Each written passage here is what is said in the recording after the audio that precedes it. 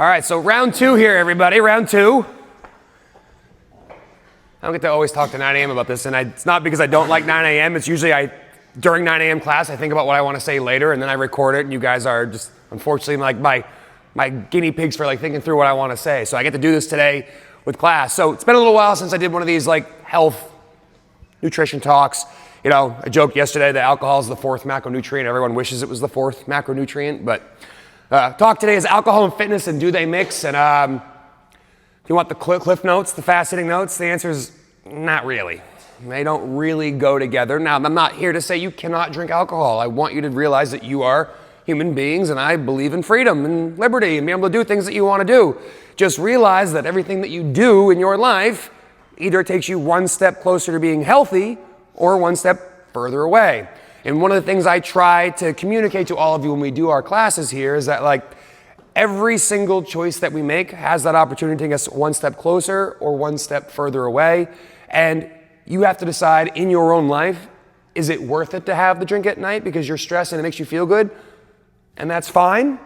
Or do you realize that like, you know, because it's taking me away from that like fitness end of the spectrum, is that kind of in line with the philosophy we have here? And again, I don't want you to be like the person who doesn't have a slice of cake at a birthday party or an occasional drink here and there if you're out on the boat. Like, have a good time. Just realize these things have impact. So, what is alcohol? Essentially, it's a molecule. It's made from the fermentation of starches, yeast, fruits, or sugars.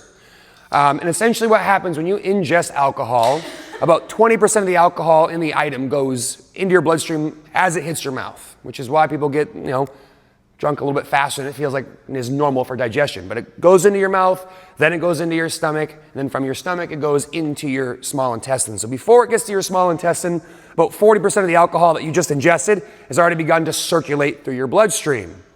Now, once it gets to your small intestine, there's something called the portal vein, which is just a vascularity on your small intestine that takes the alcohol very quickly from your small intestine to your liver, where your body deals with alcohol. Essentially, the liver is the only spot in your body that kind of clears alcohol out, because alcohol is technically a toxin. Makes us feel good, but it is a toxin.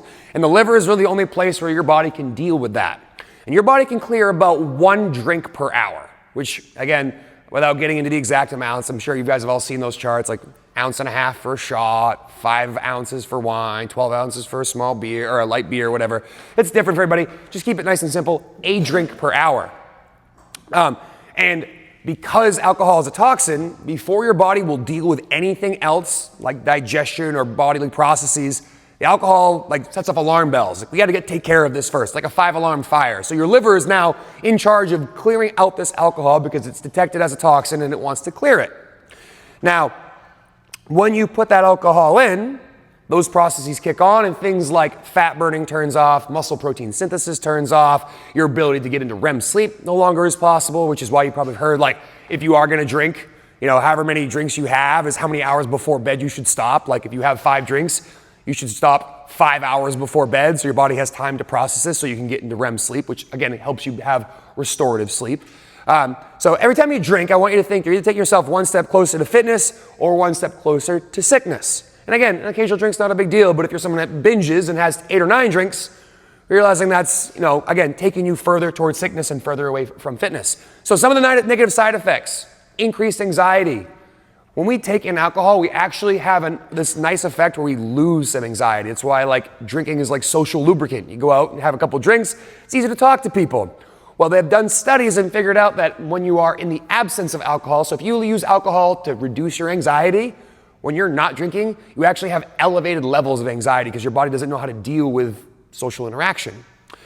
You get inflammation and hardening of your liver. That's inflammation and cirrhosis, and that's both of your liver, your pancreas, your kidneys. You have increased cancer risks, like all the mouth, throat, stomach cancers. Women have increased risk of breast cancer, men and women colon cancer. We see increases in blood pressure. We start to put on the upper body obesity, which basically just means obesity above the waist. That's usually a result of increased cortisol as a result of drinking. Anybody had the munchies while drinking? Started snacking on things? There's a reason why the pretzels are at the bar. It's because when you start drinking, your body starts to lose what's called leptin sensitivity, which is just a hormone that tells your body like, hey, you're full, stop eating. Drinking dulls that sensation, so it no longer is a thing where you're like, all right, I shouldn't be eating now. I've had enough to eat today. Obviously drops inhibitions, which is, again, the social lubricant part, makes it easier to talk to people. But that same inhibition is why you justify having the Papa John's extra large pepperoni pizza with the garlic dipping sauce when you're drinking, is because you don't care anymore because inhibitions are low.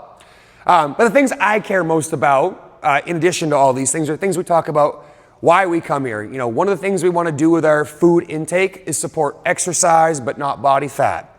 When we start to drink, we reduce our abilities to produce testosterone, which is good for both men and women. That helps us rebuild muscle tissue. It helps us function normally. As a result of the decrease in testosterone, which is, a combination of factors with what it does to your sleep, you now get a decrease in muscle protein synthesis. So if you were to come in here, let's just say Saturday morning for Sweaty Saturday, and you get a really good workout, you're I'm gonna feel sore from that, I feel great about it, and then Saturday evening you decide, I'm gonna go to the pizza shop and I'm gonna have some pizza and I'm gonna have some beer. Well, the recovery that you could have had from that workout, which is essentially what happens when we come in here, we break down muscle tissue and then our body goes, oh crap, I don't want that to happen again, so I'm gonna rebuild so I'm as good, if not better, for next time. That rebuilding portion doesn't happen at the same level. And that's both because the liver is a toxin that prevents us from having muscle protein synthesis, but it also affects our sleep, which directly affects our ability to rebuild muscle tissue, which can then lead to things like sarcopenia, which is just a decrease in muscle mass. The goal would be every time we come in here, we put 100% of effort in, we get 100% effort, we had 100% results out. It doesn't always work that way, but the closer those are for one, the better we're doing. And when we drink, we start to drop that ratio. So maybe it takes us an extra day or two to get through something because we've now delayed our ability to create muscle protein synthesis. And then the thing that I probably care the most about is the insulin sensitivity. When you drink excessively, your body starts to become insulin insensitive, which means now we have all the other problems like hypertension, hypertriglyceridemia, which just means high triglycerides, upper body obesity, and then, if you drink enough, it can lead to diabetes. That's kind of one of the big things that plagued ancient Rome back in the day, is that everyone drank wine with every single meal, and there was a shitload of diabetes back then because of their overconsumption of red wine. So, what are better choices? I don't want to say you can't drink. I want you to have a good time in your life, and I don't want you to think I'm like the fun police. I just want everyone to know what happens when you do these things. So some of your better options are going to be low sugar alternatives.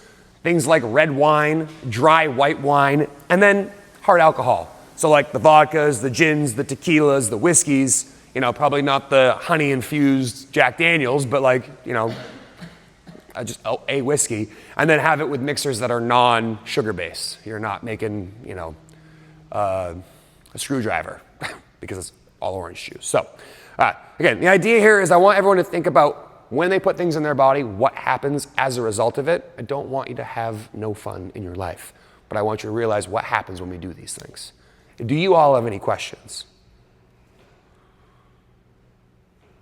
Well, thanks for hanging out. I appreciate you guys listening. Hopefully you can take something from this and teach somebody else something about how your body works. That's kind of the goal here, but thanks for hanging.